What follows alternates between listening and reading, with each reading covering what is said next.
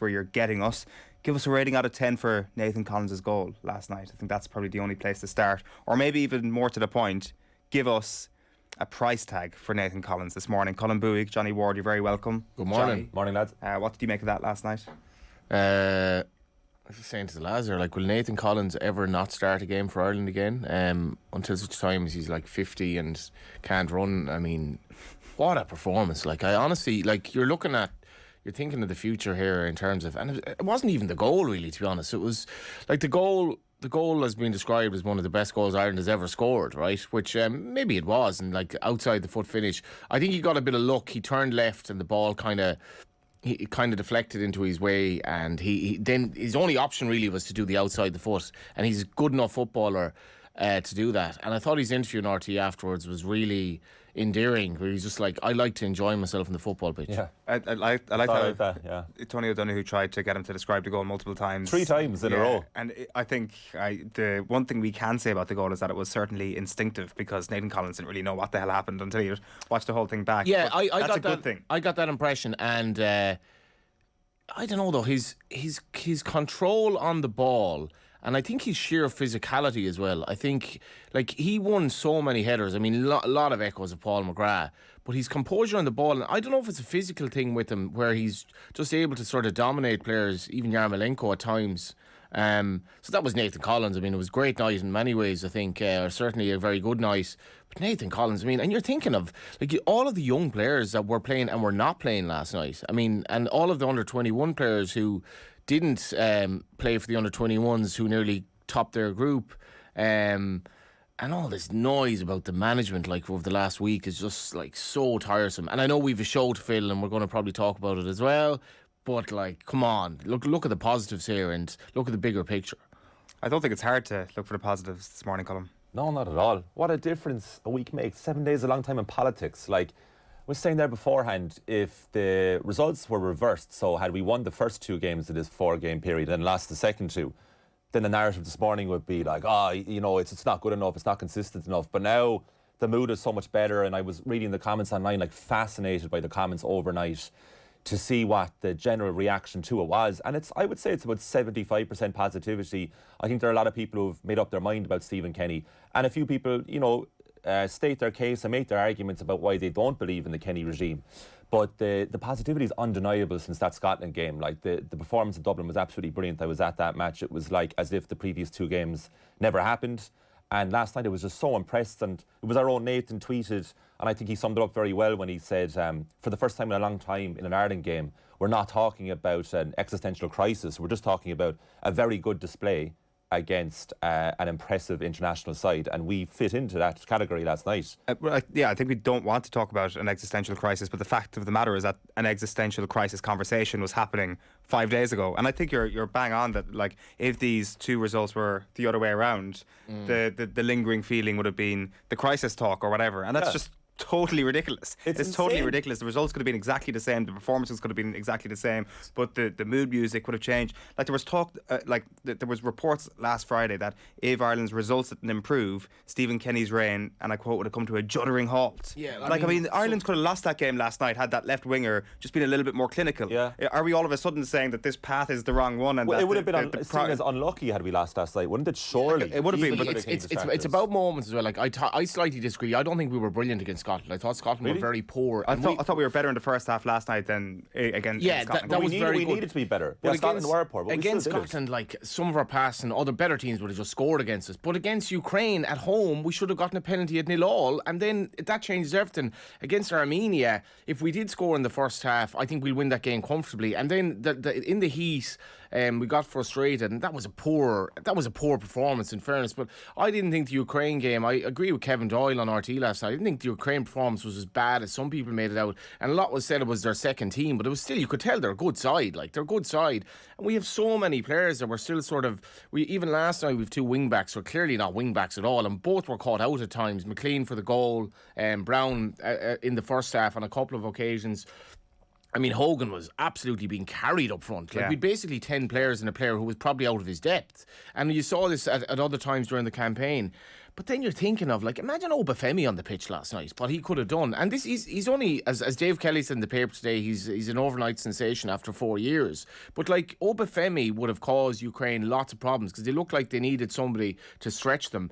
And, like, just moments. And you're watching that game last night. You're like, I really enjoyed that game. I really enjoyed the game on Saturday. I hadn't enjoyed Ireland for the guts of 20 years. Yeah. But so it's like, I'm enjoying watching them again. And it's the possibility of the youth that we have. And the fact that they're clearly buying into Stephen Kenny. And I don't really care what anyone else says as long as the players are buying into him. And it's the reasons why we're enjoying the game. Well, the reason why I'm enjoying the game isn't solely down to Nathan Collins scoring a wonder goal or Michael Obafemi and Troy Parrott linking up beautifully on Saturday. It's also on Saturday Scott Hogan closing down Craig Gordon, and everybody around him just like applauding what he had done. It's the game heating up last night. The Yarmolenko kicking out of the Ireland player, but the Ireland player is giving it back to him. Like that old sense of like aggression and the sort of temperature ratcheting up in a tight 1-1, which I really enjoyed last night. Totally. That I think was actually absent previously. It wasn't just the absence of flair and great goals by centre backs that are going to go maybe potentially to quite a high level in the game, but it's also kind of like the basic elements of characteristics that you look for in footballers that I think were absent, and I think that collectively we're all enjoying a lot more than we were because they're more present right now than they were. And honestly, I think Bazunu saves the goal against Ukraine. Being honest, and maybe I'm wrong. And again, a lot of the narrative is Kenny called that a fluke. Maybe it was a fluke, maybe it wasn't, but it's almost like he's been admonished for putting a positive spin on things, which I think is so much of a contrast to old Irish managers. And fair enough, you can argue with some of the things he says, but with Bazunu would have saved that. We're missing Obama Madeli, we're missing the heart of our defence last night. Duffy, Egan, Coleman, all absent. We're missing an outstanding right wing back. We're playing a guy left wing back that isn't really a defender. Then we're missing Ida and Obafemi up front, and we were very good. I was talking about the core of this team going forward with Bazunu in goal and 3 centre backs. I think I said that before I'd even seen Nathan Collins play for Ireland. And I mean, the narrative has totally changed now because this man is going to be a colossus. Like, that performance was outrageous. It was practically flawless. And the goal was the goal, but everything else about it. And he just has this like belief in himself that I think Kenny is inculcating in young players. You can do this. Don't be afraid to be Irish. Don't be afraid, because you're Irish, to take on 3 players as a centre back and hit the ball with your outside of your foot into the bottom corner. Don't be afraid to do that, because we've been afraid for too long. We've been afraid where midfielders wouldn't even cross the halfway line, not to mind a centre back. It actually statistically was nearly flawless, Nathan Collins' performance. Our own Jack Keegan has compiled. How are lads giving him 9 out of 10? It was clearly 92% pass completion rate, 3 out of 3 dribbles completed, 3 headed clearances, 9 recoveries, 4 out of 5 aerial duels won. So there's your not flawless, 4 out of 5 only. And 92%. But like, I mean, I love that interview afterwards. It was like the Will Ferrell old school moment where I just blacked out there. I didn't know what happened. I just picked up the ball. Next thing I know, I'm scoring an absolute world class goal. Has the centre half scored a better goal? I mean, I put it to Phil Egan this morning. He was like, I mean, surely there's been some centre half who has run the entire length of the pitch at the elite level of the game. Oh, well, Virgil van Dijk scored a great goal. Vincent Kompany against Leicester City to win the but that's Premier League. Kind of the Obafemi mould of great goals. Well, you mean the specific great goals in different ways since Saturday. The thing about it is that we will obviously rush to kind of like look at the other great central defenders in the world at the moment, and it probably will be hyperbole to say that Nathan Collins can get to the very, very top level. However, the characteristics that seem to exist in some of the top defenders in the world right now, for example, Virgil van Dijk, it seems that there is a little bit of that in Nathan Collins, just because by virtue of the fact that he is a big man and he has this ability to nudge somebody off the ball in brutal fashion while it looking unbelievably graceful, and by extension not giving away fouls, being able to kind of shepherd opponents away from the ball in a way that Van Dijk does. I'm not saying that he's going to get to that level at all, but it's just, I think that's what's getting people very excited this morning as well, is that he's showing those same characteristics that are very en vogue for the top central defenders at the moment. He's 6'4", and he's not long turned 21, and you saw even in the second half when Kelleher played it out to him, and there was again moments from the game on Saturday where we're playing it out to Duffy, who's just not good on the ball, and he's going to give the ball away. Duffy's position, for me now, you're looking at it and you're like, I mean, he's our talisman. He's really good going forward, but like Nathan Collins can never not play for Ireland again. Well, see, he can score the Duffy goal as well. Is a thing. Yeah, he's capable. Yeah. Actually, not to put you on the spot now, but I was thinking about this. If everyone's fit, what's your starting back 5? with the wing backs. Is I Duffy love back in? Mandelli, like, Yeah. so, if, you know, and again, he has to come back in now and get over his injury, but Would you have Egan back in alongside Collins? I'd probably have Darragh O'Shea, Mandelli and Collins, to be honest. I Duffy, just for me, he's brilliant, like, from set pieces, but he gives the ball away so much that I do think it's a problem. I'd probably be mocked for that now. Like, I think Duffy still makes a lot of mistakes with the ball at his feet, and that does cost us. So then you're only as strong as your weakest link in terms of passing the ball out from the back. And the other two are Wing pretty backs. comfortable. Collins is just looks like he has essentially everything. And as I was saying there, like, when Kelleher played the ball out to him the second half, and there wasn't really a pass on, he just moved back, did a quick turnaround, gave it back to Kelleher. Problem solved. That's grand. We're still in possession. The wing back positions, clearly Doherty, and left wing back. Stevens? Yeah, I don't know. Like, I think McLean. Like, in fairness to him, well, lads, isn't he? he's not flawless at the back. Neither is Stevens. Now, Stevens isn't the best defender in the world either. But I don't know. Like, I don't know. It's the one position that we you know, I think we could have a better left wing back, because in fairness, McLean, he's not a defender. We're getting away with it a bit. But do we need a defender in that position, given you've got three very mobile, athletic, very talented centre backs in your future back three there, with Oma Bamadelli, Darragh O'Shea, and of course Nathan They're Collins. all right-footed as well, though. That's so the it's problem. kinda Yeah, so like, you're looking for a left footer there at some stage. Yeah, I still think against good teams you get caught out with three at the back in wing positions. They're going to target you. They targeted Brown and they should have scored. Yeah.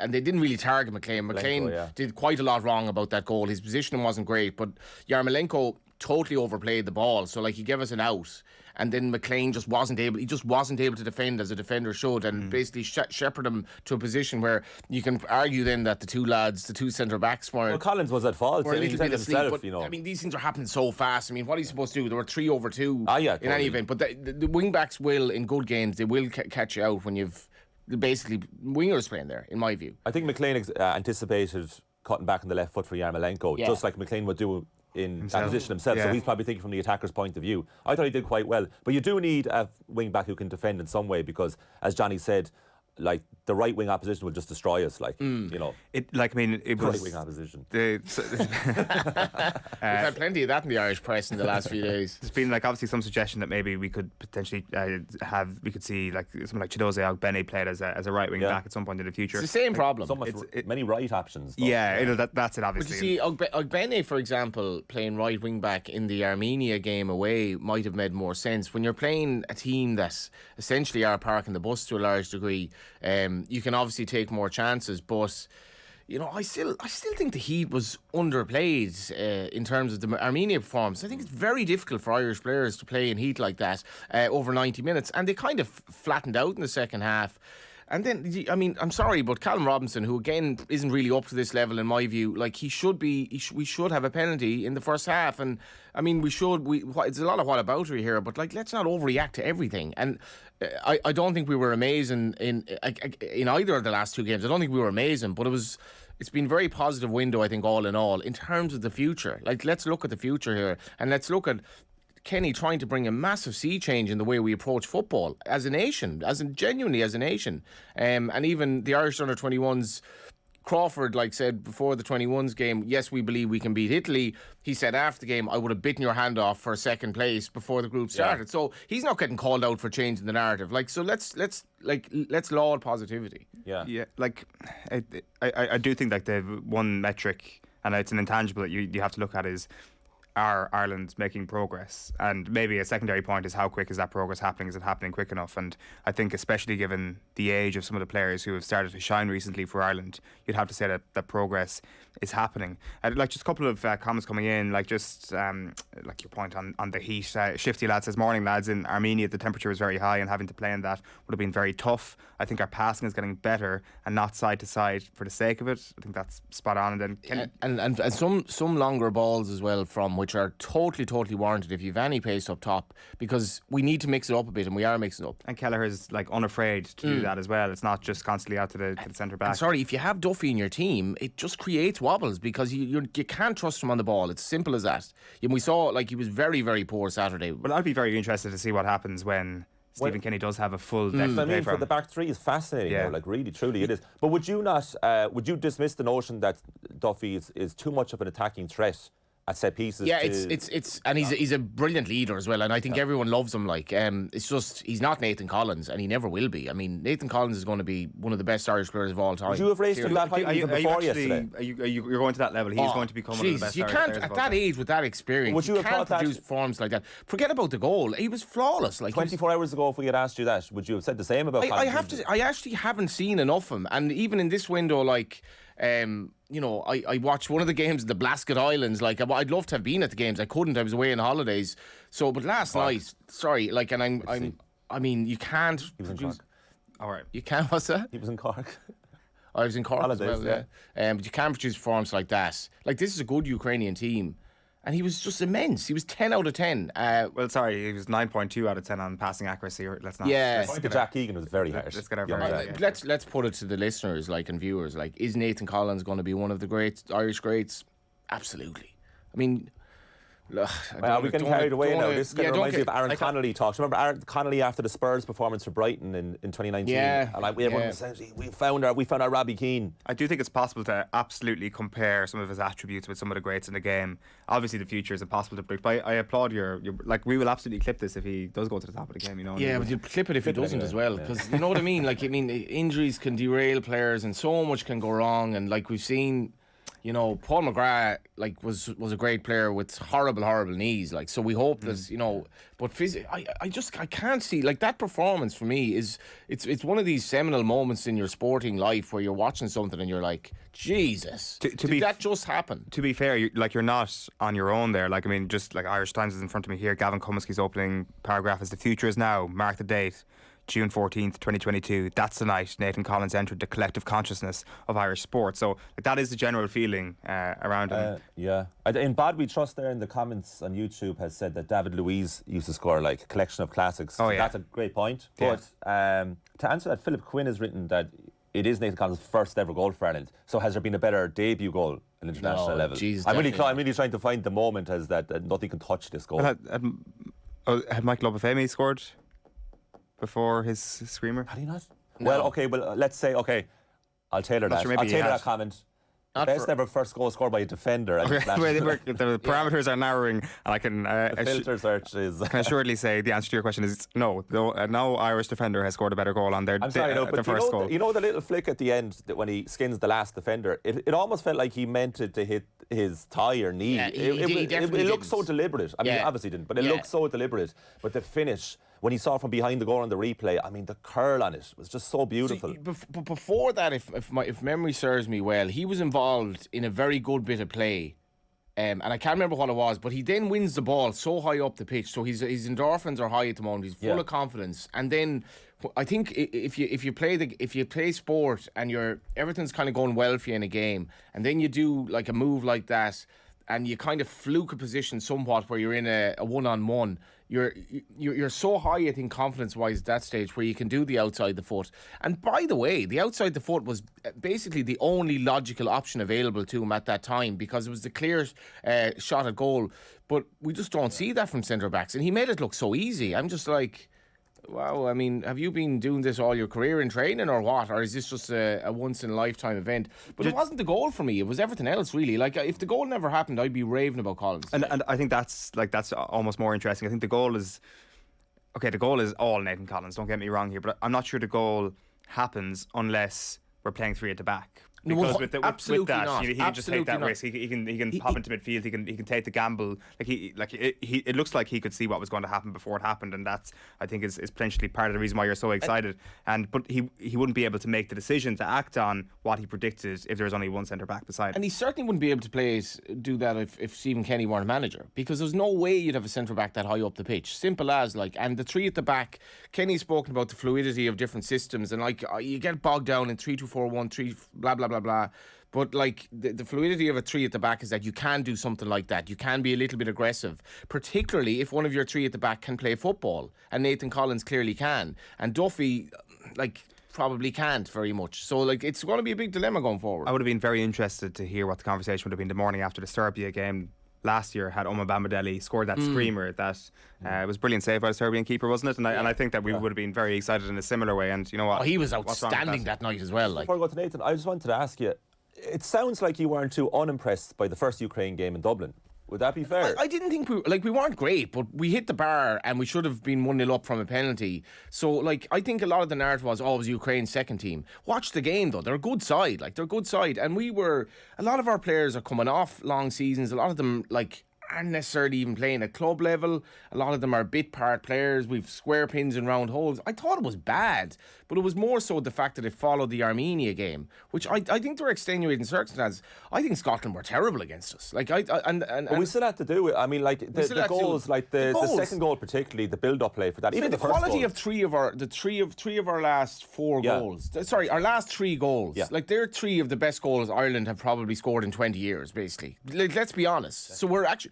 Is it not nice that we're enjoyable to watch as well again? Like, we were horrible to watch. There were 50,000 at the game. It is, but it would be accused now of hyperbole and getting carried away with things. Like, where are we now? Where are you possibly getting the hyperbole accusation from? But like, the Obafemi pass for the Parrott goal was. That's why you watch football. Like, that's why you watch. I didn't think Obafemi had that in him. Obviously, he does. That was the greatest moment of beauty of the whole, like, 4 games. Johnny, you've had the greatest night of your life by the sounds of things. I mean, it's I'm not going to knock positivity here this morning. I'm going to bring Nathan Murphy in, though, who I'm not sure where Nathan Collins is in terms of your future Irish prospect. From Nathan Collins to Nathan Murphy. Yeah, exactly. Yeah. I mean, we're hearing it all here in studio this morning, Nathan, that this guy could. What's your exact take, Johnny? Best Irish player ever, possibly? I would say, Nathan, that he's going to be an Irish great, like, essentially. Like, barring things going wrong injury-wise or whatever, like, how could he not be after doing that at 21 years of age? I think, Johnny, you have a temptation to get carried away at times, and I've definitely felt since the start of the Stephen Kenny reign that you've maybe over-egged how brilliant some of these players are going to be, but I think you're dead right with Nathan Collins, because I think he's already started to do it. Whereas a lot of those young players, like, we have no control over what their club futures are and whether they'll play enough matches and how that will impact their development with Ireland. But Nathan Collins has already had half a season in the Premier League where he's been exceptional. And now it's just a matter of where he goes next. It may well be Burnley, because obviously me and Tarkowski have both left. So Burnley may think, well, this guy will get us back up to the Premier League next season, and it's worth sticking with him. And also, they spent 15 million on him, which means he's worth at least double that now. So, you know, is the team going to go straight out and spend that? I think they should. But yeah, he's going to be the middle of that back three, you would have to think now, for the foreseeable future, regardless of what happens with Shane Duffy, though he is an option on either side. So I'm with Johnny. Like, the goal was obviously of the absolute highest quality, and to have that composure to finish with the outside of the right boot. But it was the rest of his game throughout the 4 matches. Remember, that happened after starting all 4 games. One of the few players who have started all 4 games. And to be able to step in at the right time, which is what all modern centre-halves do, if you want to press high, you know, your centre-halves are going to have to take those risks as well and just keep recycling the ball. At the pace that he has, that he's shown throughout the 3 or 4 matches, his timing in the tackle, his anticipation, yeah, he looks like an absolute superstar. And I think the fact that he has done it in the Premier League and he has played really well in a struggling side over the past few months of the season shows that he is somebody we should get unbelievably excited about. Like, I mean, it's not exactly the greatest nomination in the world, but for an Irish player to be nominated for Premier League Player of the Month at his age probably shows, in a struggling side, as you say, that there's clearly been some suggestion that he is standing out already at the level that he's played with at the club. But what might be kind of maybe a fairer question, Nathan, is comparing Nathan Collins to his current Irish teammates. Like, is he the one at this point who you would have ahead of everybody else in terms of potentially reaching the highest point in their career? If you're looking around at, say, there was obviously huge hype around Troy Parrott at the start of his career, could still yet happen for him at any level, and a number of other players. Do you think that the hype is realist about Collins when you compare him to the Ireland youngsters? Again, I think he's done it already. He has played a good chunk of games, whereas Troy Parrott, listen, is developing and, you know, did really well over the few games. And again, last night, while he missed the golden opportunity, his movement was brilliant, makes the odd bad decision. But it was all hype with Troy Parrott because of what had happened in pre-season with Tottenham and the expectation that maybe he could go on and become the backup to Harry Kane. Nathan Collins has had a good run of 10, 15 Premier League matches and not looked out of place at all. So, yeah, I think right now you'd have to say he has the highest ceiling because he's been there, he's done it. Andrew Momadele obviously looked exceptional at times, but injuries have curtailed his season. Maybe Adamida finally kicks on next season and gets a good run of games. But we have had a lot of false starts. Michael Obafemi amongst them. Think of Michael Obafemi scoring that goal for Southampton against Manchester United. Think of Aaron Connolly scoring that brace for Tottenham, or for Brighton against Tottenham. Like, both of those moments, you're thinking, these guys are going to lead our front line for the next 10 years. There's no way they can't. But football can turn when you're a young player very quickly. And there's no guarantees with Nathan Collins. What is the move to the Premier League? You want to get a move where you're playing. So maybe you do another season actually with Burnley and play every single match, and then you're ready for a move to a top 6, top 8 team. Play under Vincent Kompany for a season right now. Well, exactly. It hasn't done Josh Cullen any harm. It's very hard to predict what's going to happen with Burnley, I'd say, because they've lost their 2 senior centre halves. I think Kevin Long and Nathan Collins are pretty much the only centre halves they have left. But they may just think, actually, if we can get 30, 35 million, just been relegated, they haven't got anything for me or Tarkowski, let's go and take that. But it's exciting. He's exciting to watch. I saw him over at the Etihad. I went over with the kids to watch Man City Burnley in October, and he started that day. And City obviously don't play with a striker, and I think Phil Foden played as the false 9. And even though they ended up losing 2-0, and he made one mistake towards the end, the sort of mistake you kind of expect from a young player, where he just switched off for a moment. I kind of wondered that day how he'd get on, where he didn't have anyone to mark. They were all just dropping deep constantly. There was this brilliant movement from the City front 3. And he looked like one of the best players on the pitch. Every time he got in the ball, again, the quality of his passing. He's a proper modern centre-half. Even at, 6'4", he's a really good passer. He's got the pace. He obviously has the confidence as well. So, yeah, it was a night I think we'll be talking about for quite a few years with Nathan Collins. What we're all saying is we're going to have to redo Kildare's Mount Rushmore, because he could be the greatest ever. See, I think in lads who play football, they're not, if they're from sort of near Dublin, they don't go down the Gaelic games lines. If I'm from Meath or I'm from Kildare, we didn't talk about Evan Ferguson, who I saw some of the 21s, but he did very well in bits of the games. We should be talking about him potentially, what he could be. Evan Ferguson, though, is again with overhyping players. Evan Ferguson, everyone says, is the real deal. But the problem Evan Ferguson has, he has to prove it. That he's at Brighton. And Brighton have traditionally had problems scoring goals. They answered some of them last year.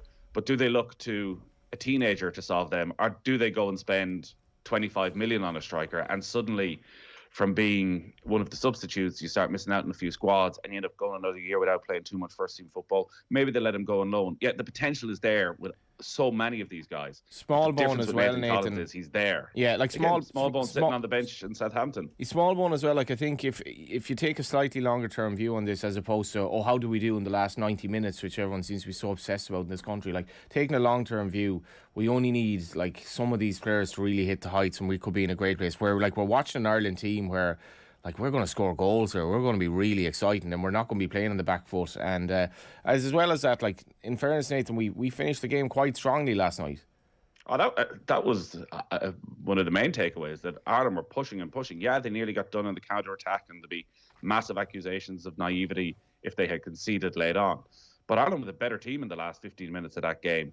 I thought Jeff Hendrick played really well when he came on and added a bit more of an impetus to try and get Ireland on the front foot. And it's just to get one or two of those attacking players to make an impact. It's probably one of the disappointments over the 4 games, that the players who came on to replace the front 3 in the 4 games never really were that threatening.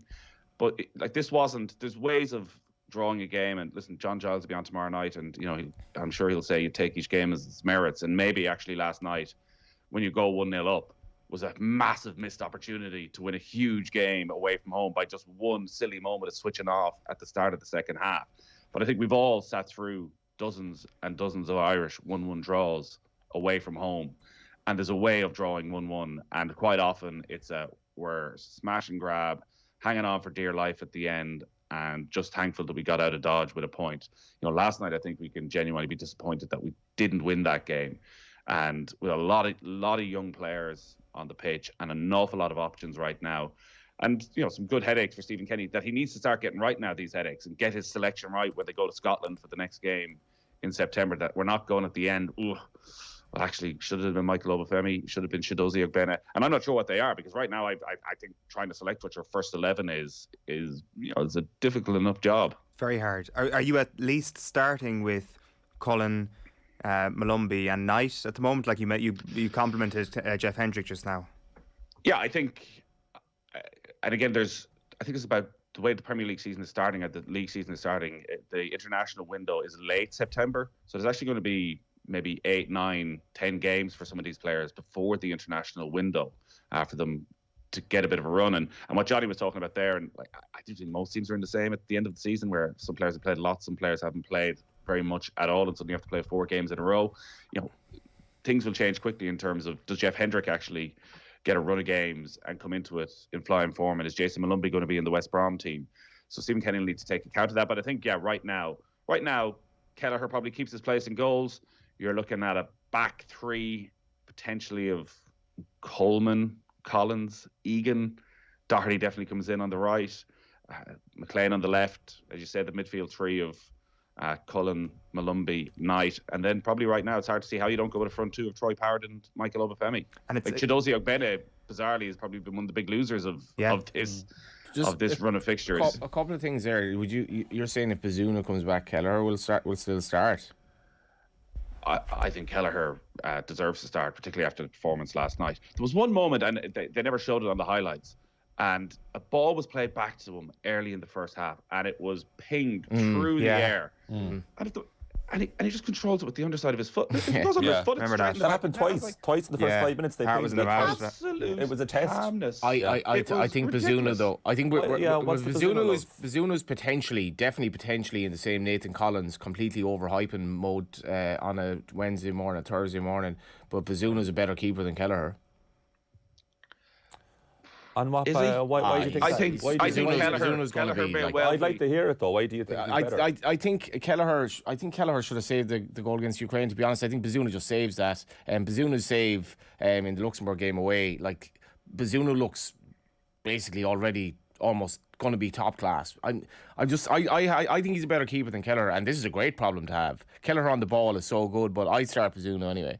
I also think that Ogbene and Robinson, their lack of quality at times just being found out in good games, and I think we'll be looking at Obafemi going forward. That's my take. Well, Ukraine at home was particularly damaging to Ogbene, where there was 2-3 occasions where he got the ball on the halfway line and Ukraine were retreating, and you expected them either to put the head down and really charge at these guys, or there was an option of picking out a pass in behind, and he just didn't have it. He doesn't have it, so I just think he doesn't have it. There's also a mitigating factor here in these being end-of-season games. Yeah. And you can't just dismiss the mid-season quality of these players because in June they look, especially when you talk about running out of defence, they don't look like they can run out of defence the same way as they could back in December. I think that's a huge mitigating factor. Look at Callum Robinson's club career. Like, he's clearly plateaued in terms of where he's at. And like, I think maybe that's different to Ogbene. Yeah, so Ogbene's obviously been playing League One, got promoted, and he's still something of a blank canvas, but I think there are moments where you can just tell that he needs to up his game to stay in this team, whereas the Obafemi quality for that pass, I never see Ogbene doing that. Like, I never see him even doing anything. Maybe I'm being harsh, but these are good decisions for Kenny to make. Well, the key thing, and you bring it up there, Nathan, is that it's hard to see how it doesn't become Obafemi and Parrott up front. That's as much to do with the combination we saw on Saturday as opposed to the individual qualities of the two players. I know it's one game, but I agree with you actually on what you said earlier about Parrott and his movement last night, which I thought was really good, but it still felt that not having Obafemi beside him last night probably diminished his own capabilities as well. Well, he needs to know exactly, I think, where his strike partner is going to be. And Scott Hogan didn't have a good night, and you could tell by the look in his face when he walked off that he probably thought, that's, I think, his 11th cap, and he still hasn't got a goal. He should have had one on Saturday, but he still hasn't really taken his opportunity. So if Obafemi is back and he's fit, and he just needs a good run of games for Ireland, for his club, where he's always available. Yeah, right now it is an option. But the challenge for Stephen Kenny is to make sure he picks the right team at the right time. So if Callum Robinson's back in and he looks at Callum Robinson in training, maybe Callum Robinson gets a move during the summer, and saying she's actually, there's a lot of things we're seeing here that Callum Robinson had when he was in his peak run of form and he was scoring goals. Maybe Callum Robinson does deserve to come back in. But right now, I think if you're looking at mistakes over the 4 games, like picking Robinson at home against Ukraine was definitely one of them, because he didn't look at it at all over in Yerevan, and then to stick with him where he's definitely a yard or two off the pace, like even for the penalty, which I'm not sure was a penalty appeal. I when that ball was played through, and maybe I'm a bit harsh about it because he did play that ball through and Robinson didn't quite look ready. I expected Robinson to just zip clear of the centre half to suddenly have a couple of yards on them, but he didn't. He didn't quite anticipate the pass, didn't have that little bit of pace, and we've seen a few of those performances from Robinson. So the balance, and like that's the job of good management, is knowing which of these players are 100% right at that moment and making sure you can get them into your team. So, like, it's easy in hindsight. I don't think anyone said that Michael Obafemi and Troy Parrott should be a front 2 against Armenia away. Everyone felt that we're incredibly excited about Ogbene and Robinson, and now we're sort of feeling that these guys have kind of moved out of the picture. It may not be that way, particularly with injuries. He's still going to need these guys over the next few years. And that's probably something that we need to kind of maybe look deeper into as well, is that Stephen Kenny can't possibly know his starting 11 right now, and that means that this team is nowhere near the finished article. And yes, there are loads of exciting moments from last night. The Nathan Collins thing in particular is something that's very, very reasonable to get very, very excited about. But it does feel that there are still a lot of questions around certain areas of this team. And it's the old cliche of a manager doesn't know his best starting 11. That for me is like a big reason why we can expect this thing to take a little bit longer in terms of finding an end product here.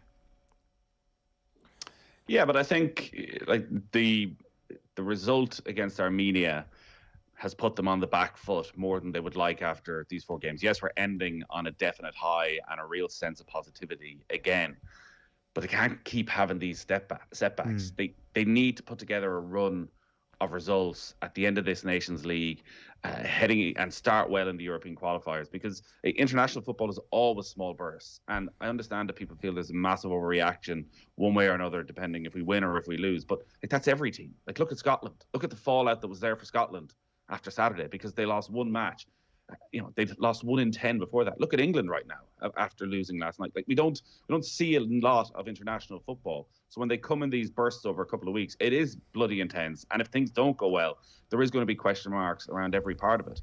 So I think the blooding in period is probably done. Most of these players are well into double figures in terms of caps now.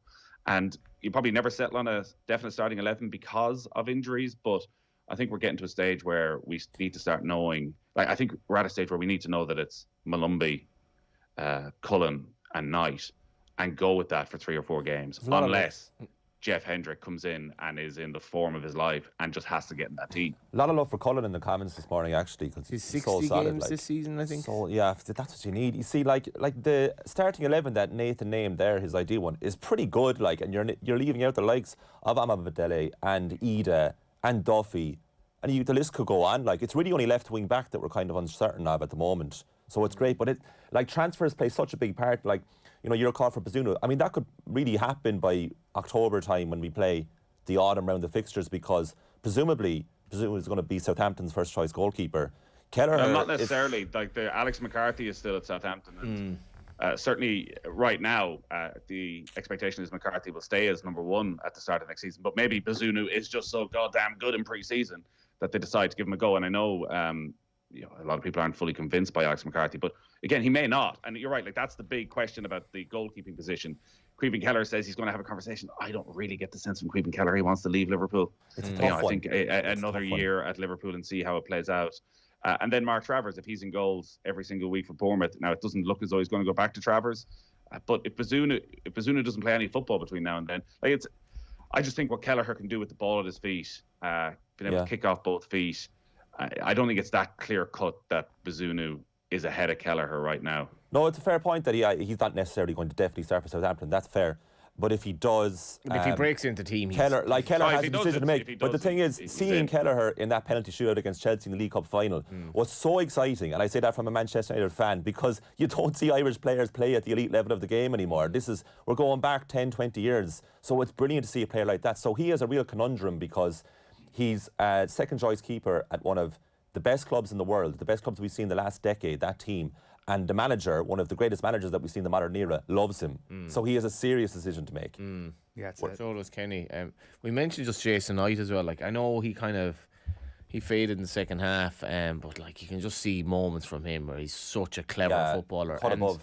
again, it's these young players that, like, I know the midfield sort of three as it is now or whatever, it's not that easy to say who plays alongside Cullen, and you know, Brown is playing out of position, sort of wing back, even though he's some good qualities going forward. But like, we have a lot of squad depth that we don't seem to have had for a long, long time, and that's what's really encouraging. Even Joel Bagan might come in into the left back situation as well down the line, because I think that will clarify itself in the next few years. Where McLean is getting on, Stevens is probably a bit vulnerable, and a long-term solution there is probably required over the Bagan's next a good player. Like, plenty of mixed reaction in the comments. Paul Mallon says it's a bit silly telling people to stop overreacting to a loss when the opening of the show was a massive overreaction to a 1-1 draw. I support Kenny, but the coverage here could do with some balance. Probably a fair point.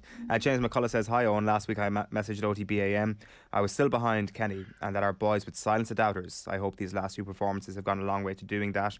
And then finally, Kenny the dad says, we are still not good enough. Our game plan works against better teams, and the same cannot be said against poorer sides. And that's not a dig at Kenny. He is dealing with a lack of resources compared to previous managers. I do think the comparative performances between opponents of a higher quality versus a more mediocre quality is like we beat Luxembourg and Azerbaijan very comfortably, though. In the end, we did. And I guess the Armenia game, like I know we did, and Scotland obviously got 4 there, but like I think again that was slightly overplayed. I think we got very tired in the heat. Yeah, and it is what it is. And they're not. They're not. No, the first half performance wasn't shocking Yeah. against Armenia. You sort of expected, when we were on commentary that day, you expected Ireland to score in the first 10 minutes of the second half and they'll win this 2-0 and everyone will just move on with their lives. But there also in that first half was nowhere near the energy levels and the intensity to the performance that there was last night. And maybe that was to do with the heat. Maybe it was to do with the tactics that meant they didn't have the same amount of numbers in midfield. But we sort of often look down our nose, I think, at the sort of put them under pressure idea. But like, that has to be rule one for this Ireland team, is play like the very best teams do.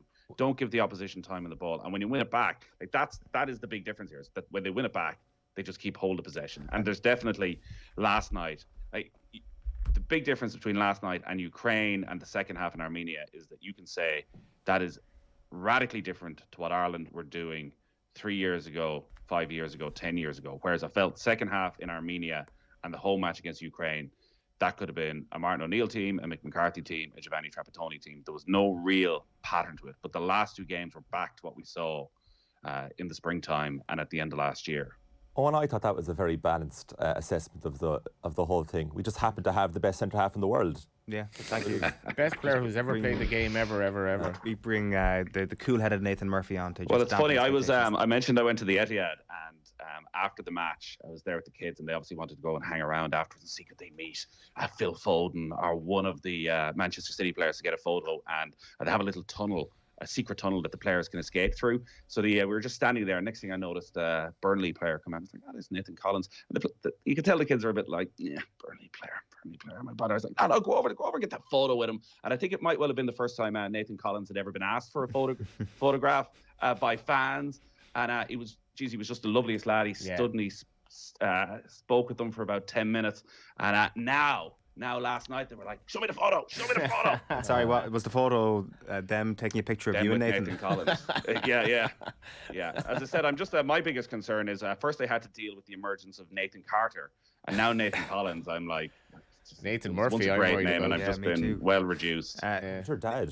Nathan, good stuff. Nathan. Thanks a million. Cheers, lads. It is 8:14. OTB AM is brought to you live each morning by Gillette Labs for an effortless finish to your day. After these ads, we're going to be turning to rugby, where we